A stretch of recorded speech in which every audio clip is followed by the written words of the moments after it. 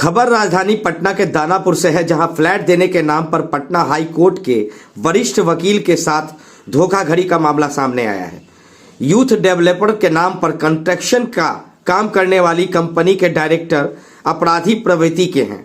ऋषभ सिन्हा और सिमरन कुमारी, जो अपने आप को एक पूर्व बाहुबली विधायक का करीबी बताते हैं, ने फ्लैट देने के नाम पर करोड़ों रुपए की अवैध उगाही की है।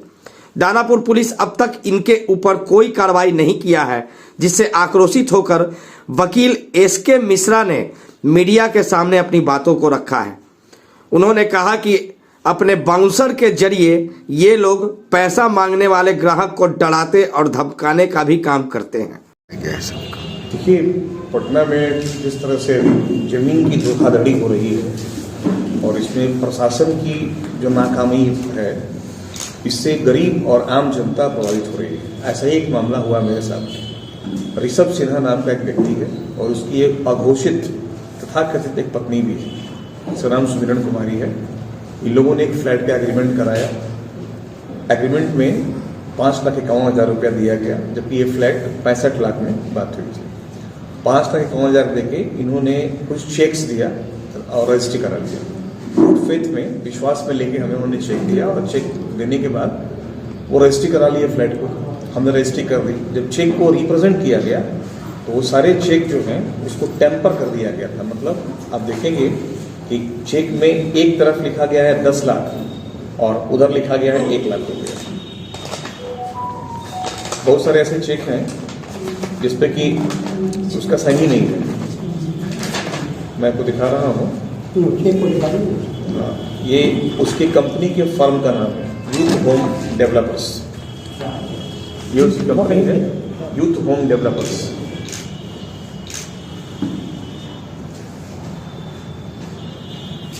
यूथ होम, और इसी के माध्यम से फर्जीवाड़ा करता है ये।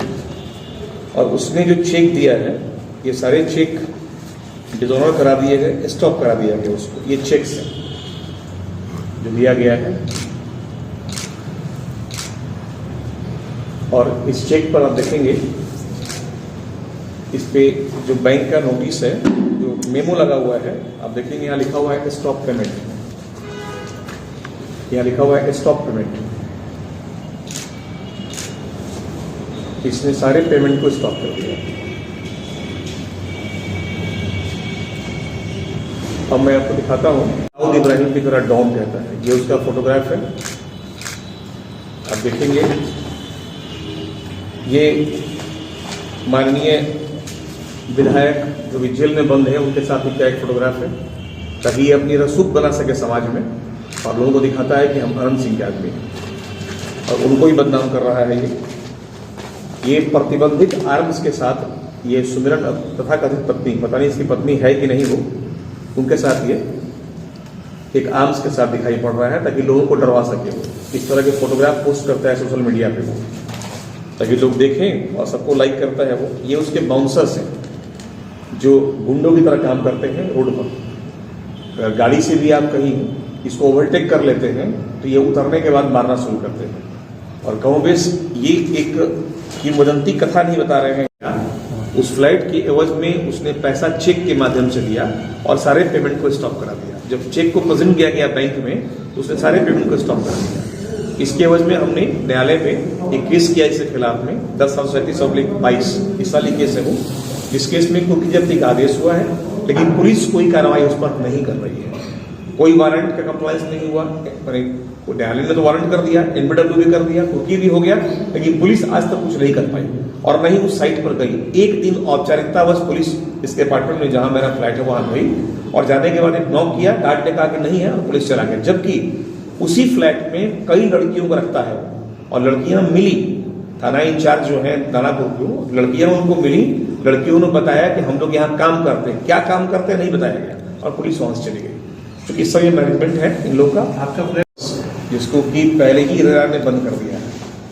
रेरा ने इस आदमी के अकाउंट को फ्रीज कर दिया है। अब ये यूथ होम के नाम से एक नई कंपनी बना के, आप देखेंगे ये रेरा का ऑर्डर शीट है, जिस ऑर्डर में ये स्पष्ट लिखा गया है It is therefore directed that until further order, all bank accounts of Mr. Rishabh Sinha, dean number इतना इतना इतना, so be frozen with immediate effect. इनके सारे जितने भी अकाउंट्स है उसको फ्रीज कर दिया गया है, ये बिजनेस नहीं कर रहे। अब ये आदमी यूथ डेवलपर्स के बदले में एक नई कंपनी बना लिया, यूथ होम्स, और अब उस नाम से ये धोखाधड़ी कर रहा है लोगों के साथ। और अभी पतूत में, कनपा एक जगह है, पतूत में आप देखेंगे वहां उसने सरकारी जमीन का एक प्लॉटिंग कर लिया है और उसको ही बेच रहा है हर लोगों से। अब जो लोग उसको ले रहे हैं पछता रहे हैं वो, लेकिन उनकी पहुंच चूंकि कोर्ट तक नहीं है, न्यायालय में नहीं आना चाहता है कोई भी, कोई 2 लाख दिया है, कोई 5 लाख दिया है, ऐसे करके और अच्छा खासा कम जमा कर लिया है। सर आपके साथ और जो पैसा हमारा डूबा है मिल गया। और भी लोग हैं इसमें इनके फर्जरी का शिकार हुए हैं लोग। रेरा में ही केस चल रहा है इसका। हम अगर रेरा में, हम नाम तो नहीं जानते हैं, हमने ऑर्डर दिखाया कि जो रेरा है, जो जिसके परमिशन के बगैर जमीन आप बेच नहीं सकते हैं पटना में, रेरा ने इसके पूरे अकाउंट को फ्रीज कर दिया। मेरे केस में नहीं, पहले कई लोगों का केस था रेरा के अंदर में, उस केस में रेरा ने इसके पूरे अकाउंट को फ्रीज कर दिया है, इसकी पूरी कंपनी को फ्रीज कर दिया है, इसलिए एक नई कंपनी बना ली फिर। और प्रश्न ये खड़ा होता है कि डीएम ने पहली कंपनी को देखे बगैर उसी नाम से रख दिया, कैसे बना दिया? अरे परमिशन कैसे दिया बनाने के लिए कंपनी उसको? जो रजिस्ट्रार हमारे यहाँ बैठते हैं कंपनी के, क्या अब तो डिजिटल जमाना आ चुका है, उसका नाम गाँव लिखेंगे निकल जाएगा कई कंपनी के मालिक है वो, फिर नई कंपनी कैसे बन रही हो? प्रश्न ये खड़ा होता है। तो प्रशासन के साथ मिल के धोखाधड़ी कर रहा है, मेरा ये आरोप है, और मीडिया से ही करना है। इसमें इन्वॉल्व है प्रशासन भी, एडमिनिस्ट्रेशन का फेल्यूर है ये, और कुछ रसूखदार नेता लोग हैं इसके पीछे में, जो जेडीयू के हैं, आरजेडी के हैं। अब उनका बिल्ला लगा लेता है गाड़ी में, लगा लिया जेडीयू का झंडा गाड़ी, उसमें गाड़ी है, 3 चल रहा है बख्तरबंद गाड़ियां पीछे उसके आर्म्स लेके, कौन बोलेगा उसके रोड पर? हम आप तो बोल नहीं सकते हैं। मान लीजिए अगर आपको डैश भी कर दे वो, जितना में गाड़ी रुकेंगे आप पूछेंगे भाई साहब उतना निकल के पीट देगा साहब। पुलिस को पता है, पुलिस कार्रवाई नहीं कर रही है, पुलिस को पता है। उसका एक विशाल तिवारी नाम का लड़का है, उसको मालूम है पटना में कहाँ है वो, इन सबों को पता है कहाँ है, और पटना के होटल में ही छिपा हुआ है, कहीं बाहर नहीं गया। पुलिस जानती है कहाँ है वो, लेकिन पुलिस कार्रवाई नहीं कर पा रही। पुलिस कुछ की जब्ती भी अभी तक नहीं की। नहीं, कुछ नहीं किया।